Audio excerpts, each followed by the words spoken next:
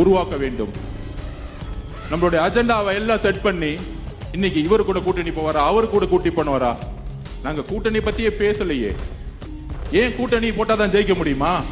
உங்களுக்கு வலு இல்லை, எங்களுக்கு வலு இருக்கு. எங்களுக்கு தெரியும் எப்படி ஜெயிக்கணும்னு. நண்பர்களே, ஒன்னே ஒண்ணு புரிஞ்சுக்கோங்க. 1977க்கு அப்புறம் எந்த கட்சிக்கும், ஆரம்பிக்கப்பட்ட எந்த கட்சிக்கும், திரு விஜயகாந்த் அவர்களுக்கோ வைகோ அவர்களுக்கோ யாரும் 10% மேல் தாண்டல. ஆனால் முதல் முறையாக வரலாற்றில் இன்னைக்கு ஒட்டுமொத்த தொலைக்காட்சிகளும் 25% இருக்குன்னு சொல்லக்கூடிய வலிமையை நம்மளுடைய கட்சி உருவாக்கி இருக்குன்னா நமக்கு பலன் இல்லைன்னு எப்படி சொல்ல முடியும்?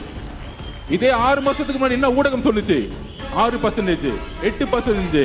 இதே பத்திரிகையாளர்கள் 10%. இன்றைக்கு 25%. அவ்வளவுதான். இன்னும் 8 மாசம் கழிச்சு 30% தலைவர் முதலமைச்சர் ஆயிட்டாருங்கிற உருவாக்குவோம். இங்க ஒரு அடிப்படை அரசியல் இல்லாம